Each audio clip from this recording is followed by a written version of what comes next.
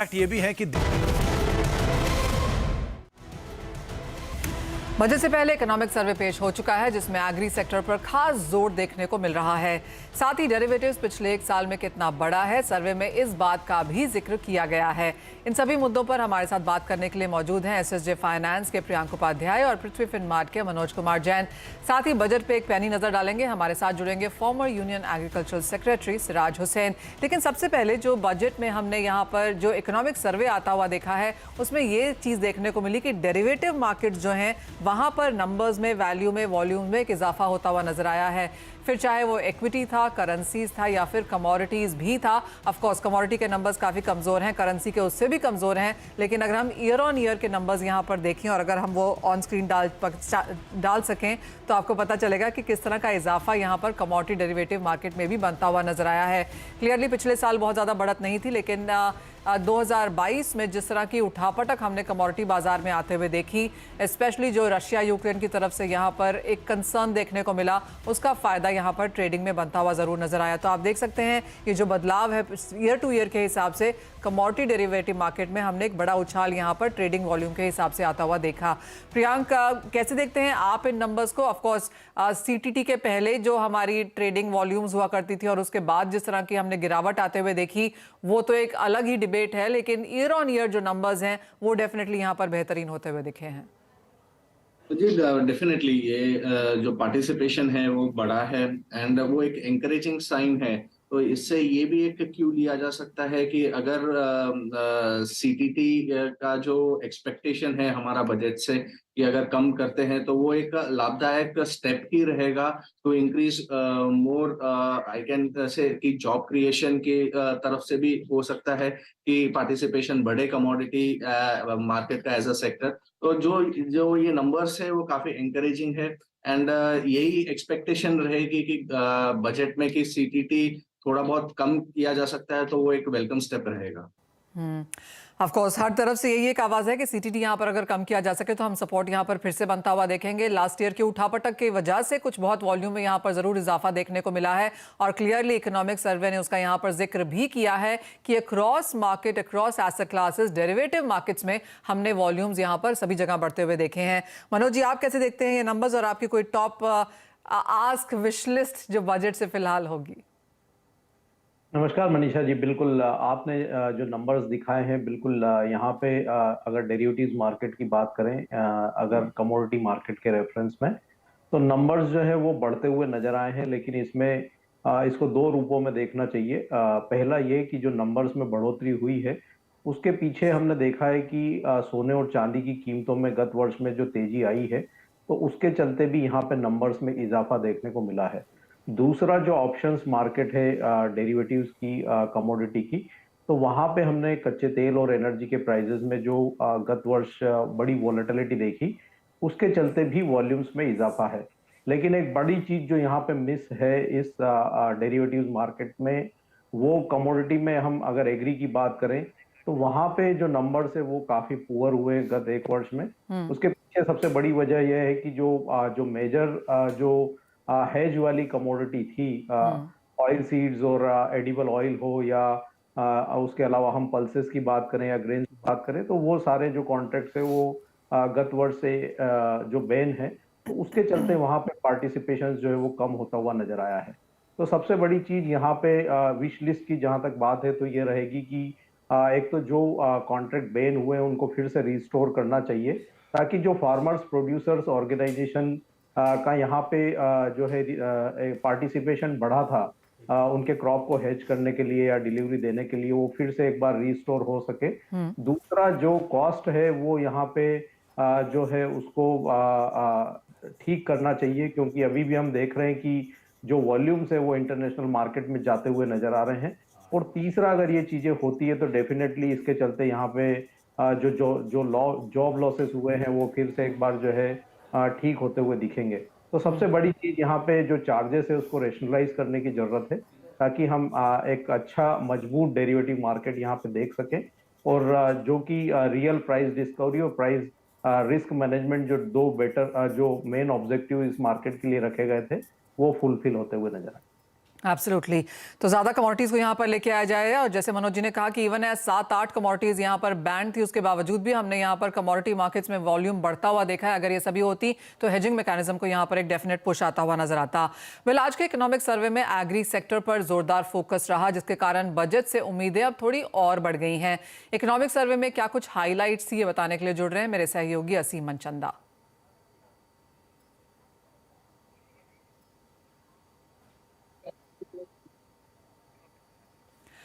असीम, क्या कुछ डिटेल्स हैं, क्या कुछ हाइलाइट्स हैं जो आपने पिक करी हैं यहाँ पर इकोनॉमिक सर्वे के डॉक्यूमेंट से?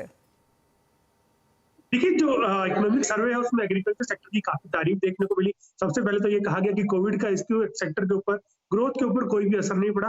दूसरा सबसे बड़ी बात कि जो प्राइवेट इन्वेस्टमेंट है इस सेक्टर के अंदर, उसमें काफी बढ़ोतरी देखने को मिली। 9.3% की बढ़ोतरी, पहली बार इतनी ज्यादा प्राइवेट इन्वेस्टमेंट की बढ़ोतरी है। और दूसरा कि क्रेडिट जो है वो भी यहाँ पर पिकअप कर रहा है, 19 लाख करोड़ रुपए के आसपास क्रेडिट पहुंच गया है। इसके अलावा सरकार ने जो बजट में मंडियां बनाने की घोषणा की थी, ई मंडियां, उसका फायदा भी अब किसानों को होने लगा है। किसान इसके ऊपर करीबन 2.39 लाख करोड़ रुपए का ट्रेड कर रहे हैं। साथ ही साथ 1,74,00,000 किसानों को इसका सीधा फायदा हो रहा है। तो खासतौर पर ये सारी आर्थिक बढ़ोतरियां हमें इस आर्थिक सर्वे के अंदर देखने को मिली। जी हाँ असीम, काफ़ी कुछ यहाँ पर पॉजिटिव्स हैं, जैसे आपने बताया, जैसे चाहे वो एमएसपी है, प्राइवेट इन्वेस्टमेंट्स हैं, ई मंडियाँ, क्रेडिट फाइनेंस, काफ़ी सारे नंबर्स यहाँ पर हैं और सरकार क्लियरली अपने आप को उसके लिए पैट ऑन द बैक भी देती हुई यहाँ पर नजर आई। सिराज जी, आपने कैसे देखा है economic survey, specially to the point जहाँ पर private investment, e mandi, credit finance, जैसे जो असीम ने यहाँ पर मेजर पॉइंट्स निकाले? देखिए, ई-नैम को मैं कहूंगा कि जितनी उम्मीद थी उतना सक्सेसफुल नहीं है, और इसके बारे में बहुत ज्यादा डेटा भी अवेलेबल नहीं है, इसलिए बहुत डिटेल्ड एनालिसिस उसकी नहीं हो पा रही है। क्योंकि बीच में जब फार्म लॉज आए थे तो ऐसा लग रहा था कि अब काफी कुछ ट्रेड एपीएमसीज के बाहर मूव हो जाएगी। तो जाहिर है कि उसने प्राइवेट पोर्टल्स को भी इनेबल किया था एग्रीकल्चरल ट्रेडिंग के लिए, तो ई-नैम थोड़ा उसकी वजह से डाइल्यूट हो गया था ई-नैम का इन्फ्लुएंस। तो मैं समझता हूं कि ई-नैम में काफी पोटेंशियल है, और अगर हमारा एपीएमसी स्ट्रक्चर स्ट्रांग होता है तो ई-नैम भी स्ट्रक्चर के काफी करीबी उसके लिंक्स हैं। इसलिए अगर हमें ई-नैम को सक्सेसफुल करना है तो एपीएमसी को सक्सेसफुल बनाना होगा। सिराजी, साथ ही साथ सरकार पिछले 2 बजट में हमने आता हुआ देखा कि चाहे वो एफपीओज की बात हो, ऑर्गेनिक फार्मिंग की बात हो, इसके ऊपर काफ़ी तवज्जो दी जाती है। आपको लगता है इन सब चीज़ों को देखते हुए फंड एलोकेशन, इम्प्लीमेंटेशन पे यहाँ पर और जोर दिया जाए?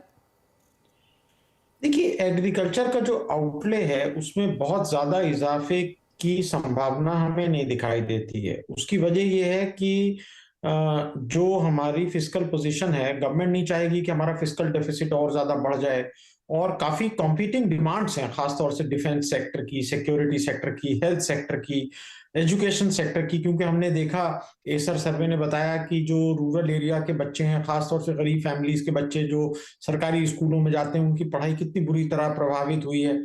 तो इन सब की वजह से मुझे नहीं लगता कि हमारे आउटले में बहुत ज्यादा इस साल इजाफा होगा, लेकिन फिर भी कई चीजें ऐसी हैं जहां गवर्नमेंट के इंटरवेंशन से फर्क पड़ सकता है। जहां तक ऑर्गेनिक फार्मिंग की बात है, अभी आपने देखा कि इंडिया की बहुत सारी सर्टिफाइंग एजेंसीज को अपीडा ने खुद ही डीलिस्ट कर दिया, क्योंकि वो एजेंसीज जो ऑर्गेनिक का सर्टिफिकेशन दे रही थी वो कह सकते हैं कि गलत तरीके से सर्टिफाई कर रही थी। तो इसमें सर्टिफिकेशन के प्रोसेस को और बेहतर बनाने के लिए हो सकता है कि गवर्नमेंट कोई अनाउंसमेंट करे। एक और चीज सिराजी जिसके ऊपर काफी फोकस हमने आता हुआ देखा है वो है digitisation across sectors. Of course ये देखने को मिला है, लेकिन एग्री सेक्टर में इसका पुश ज्यादा ही है। और दूसरी चीज एग्री टेक है, जिस तरह के स्टार्टअप्स हमने आते हुए देखे हैं, इंटरनेशनल ईयर ऑफ मिलेट्स भी इसे बताया जा रहा है। तो काफी कुछ पॉइंट्स हैं जिनके ऊपर सरकार यहाँ पर शायद कुछ लेके आ सकती है। आपकी एक्सपेक्टेशन क्या होगी? देखिए, इंटरनेशनल ईयर ऑफ मिलेट्स बहुत बड़ी कामयाबी है। गवर्नमेंट ऑफ इंडिया ने उसमें काफी इन्वेस्टमेंट किया है और उसकी बहुत अच्छी पब्लिसिटी गवर्नमेंट कर रही है, और प्राइम मिनिस्टर खुद उसके बारे में अक्सर और बेशतर बातचीत करते हैं। मुझे लगता है कि जो इंडिया के मिडिल क्लासेस हैं, रिचर क्लासेस हैं, अगर वो मिलेट्स का कंजम्पशन बढ़ाएंगे तो मिलेट्स के प्राइसेस एमएसपी के ऊपर रहेंगे, और अगर फार्मर्स को बेहतर दाम मिलते हैं तो जाहिर है कि फिर वो मिलेट्स की तरफ रुझान उनका बढ़ेगा। अभी तो ये हो रहा है कि मिलेट्स का एरिया कम होता जा रहा है और बाकी जो राइस, व्हीट, शुगर केन और मस्टर्ड वगैरह का एरिया बढ़ रहा है। उसकी वजह यह है कि इसके प्राइसेस अक्सर एमएसपी से कम रहते हैं।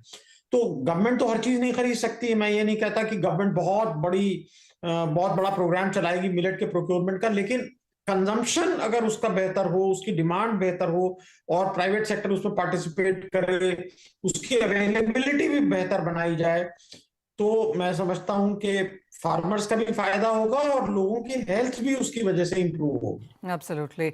असीम हमारे साथ अभी भी बने हुए हैं। असीम, क्लियरली आपने इकोनॉमिक सर्वे के बारे में तो यहाँ पर बात की, लेकिन आप काफी कुछ पिक भी कर रहे हैं दिल्ली में कि क्या कुछ बजट के लिए भी एक्सपेक्टेशंस यहाँ पर निकाल के लाई जा सकती हैं, तो क्या कुछ सुन रहे हैं आप?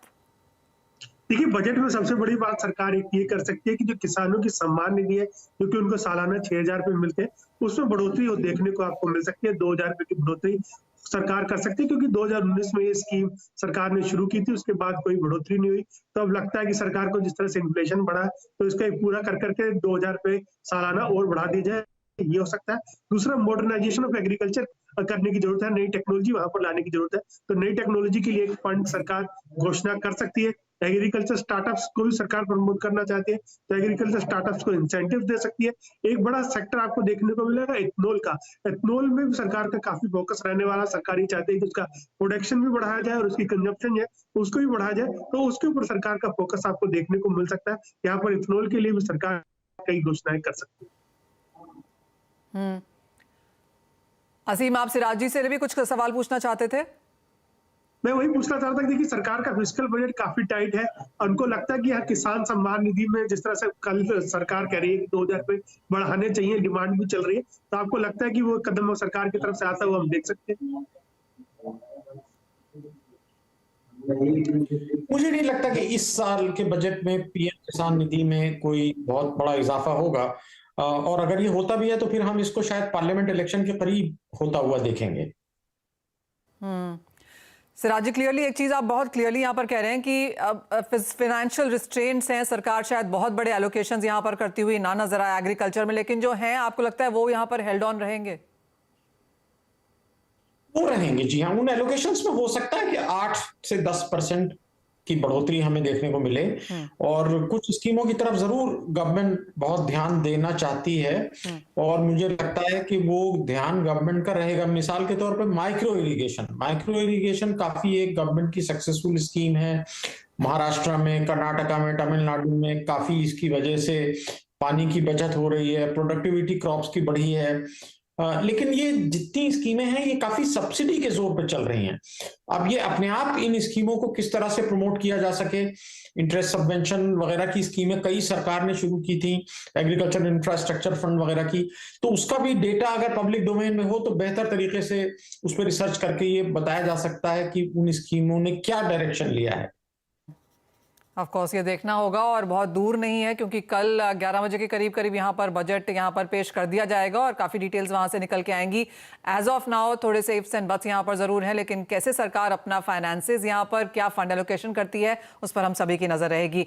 बहुत शुक्रिया असीम, सिराज जी साथ जुड़ने के लिए। इसी के साथ एक ब्रेक के लिए भी रुकेंगे। जब लौटेंगे तो बात यहाँ पर एग्री स्ट्रैटेजीज की करेंगे, कमोडिटीज़ में कैसे करें आप कारोबार, क्योंकि कल सिर्फ बजट ही नहीं है, कल यूएस फेड की मीटिंग अनाउंसमेंट भी है, कल ओपेक की मीटिंग भी है, तो काफ़ी कुछ होगा बाजार को रिएक्ट करने के लिए। स्ट्रैटेजीज लेके जल्द लौटते हैं।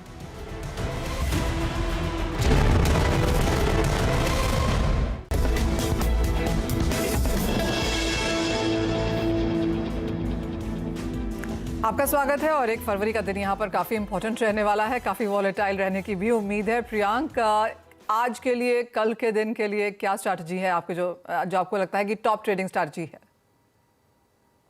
देखिए, हमारी तरफ से आज बुलियन कॉम्प्लेक्स में स्ट्रैटेजी बनाई जा सकती है। हम देख रहे हैं कि बुलियंस में लास्ट फ्यू डेज से एक थोड़ा सेलिंग प्रेशर हायर लेवल से दिख रहा है, तो मुझे लगता है ये कंटिन्यू हो सकता है। तो सिल्वर में हमारी सेल की रणनीति रहेगी अराउंड 68,300 के आसपास, 69,200 का एक स्टॉप लॉस रहेगा, एंड 66,500 ये शॉर्ट टर्म टारगेट्स रहेंगे। वहीं दूसरी पिक का हमारी बेस मेटल कॉम्प्लेक्स से रहेगी। जिंक में सेल इनिशिएट किया जा सकता है अराउंड 298 के लेवल्स के आसपास, 302 का स्टॉप लॉस रहेगा और 290 के शॉर्ट टर्म टारगेट्स रहेंगे। ऑलराइट, 2 बिग वाली की कॉल्स यहाँ पर। मनोज जी, आपकी टॉप ट्रेडिंग स्ट्रैटेजीज क्या हैं? यहाँ पे एक बाय और एक सेल की रणनीति रहेगी मनीषा जी। यहाँ पे कॉटन सीड ऑयल केक में हम देख रहे हैं कि 2870 के आसपास जो है रेजिस्टेंस बार बार देखने को मिल रहा है। तो 2870 पर फेब्रुअरी वायदा में बिकवाली करें। यहाँ पे जो स्टॉप लॉस लगाना है वो 2905 का लगाना है, लक्ष्य 2800 का रहेगा। साथ ही हम देख रहे हैं कि ग्वार सीड में निचले स्तरों से अच्छी रिकवरी लौटी है और आज भी यहाँ पे मजबूती देखने को मिल रही है, तो ये एक्सटेंड हो सकती है। 5950 के स्तर पर फेब्रुअरी वायदा में बाइंग करें। 6100 के लक्ष्य के लिए स्टॉप लॉस लगाए 5880। ऑल राइट, तो खरीदारी यहाँ पर गुआर सीट में करना चाहिए। 3.5% की तेजी ऑलरेडी और यहाँ से और बढ़त की उम्मीद भी। बहुत शुक्रिया प्रियांक, मनोज जी साथ जोड़ने के लिए। मुझे भी दीजिए इजाजत, हम लौटेंगे तो लेकर आएंगे आवाज समाचार।